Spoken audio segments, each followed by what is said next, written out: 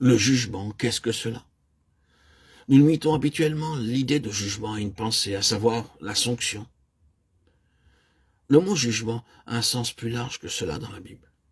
Le jugement, pourrions-nous dire, comprend trois parties. Prenons une illustration tirée du livre de Daniel. Vous vous rappelez le festin de Belshazzar, l'écriture sur le mur et comment Daniel fut introduit pour l'interpréter. Daniel 5, 1, 28.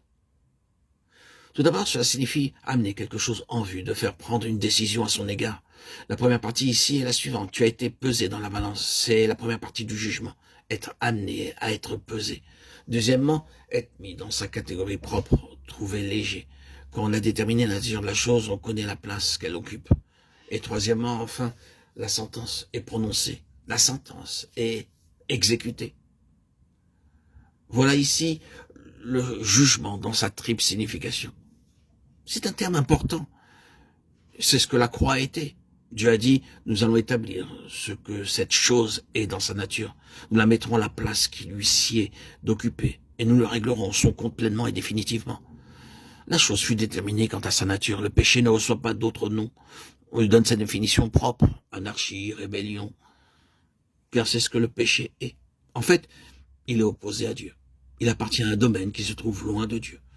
Le désert, la désolation, le lieu du bouc émissaire, le lieu de la création chassé de la présence même de Dieu vers l'endroit qui lui sied.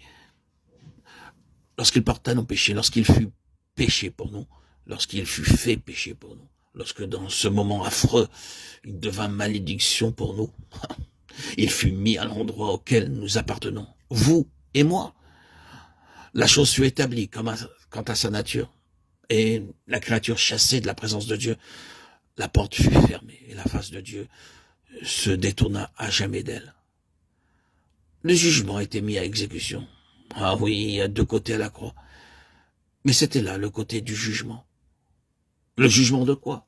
Non pas le jugement de nos péchés, bien qu'on puisse les y inclure, mais le jugement de notre péché. Celui qui n'a point connu le péché, il l'a fait devenir péché pour nous, afin que nous devenions en lui justice de Dieu. 2 Corinthiens 5, 21. Ça veut dire afin que nous soyons amenés à la place où il n'y a pas deux choses en conflit, deux éléments contradictoires. Et cela commence le jour même où, pour employer un langage familier et simple, nous venons à la croix. Lorsque nous venons au Seigneur Jésus et acceptons pour nous-mêmes l'œuvre de sa croix, alors nous est donné, alors est introduite en nous cette vie transparente, pure, sainte, juste du Seigneur Jésus. C'est quelque chose sans mélange. Nous sommes tous en nous-mêmes un mélange. Et cette vie ne connaît pas le mélange. Frères et sœurs en Christ, si nous vivons par la vie du Fils de Dieu, alors nous deviendrons des personnes toujours plus transparentes, absolument honnêtes, absolument droites.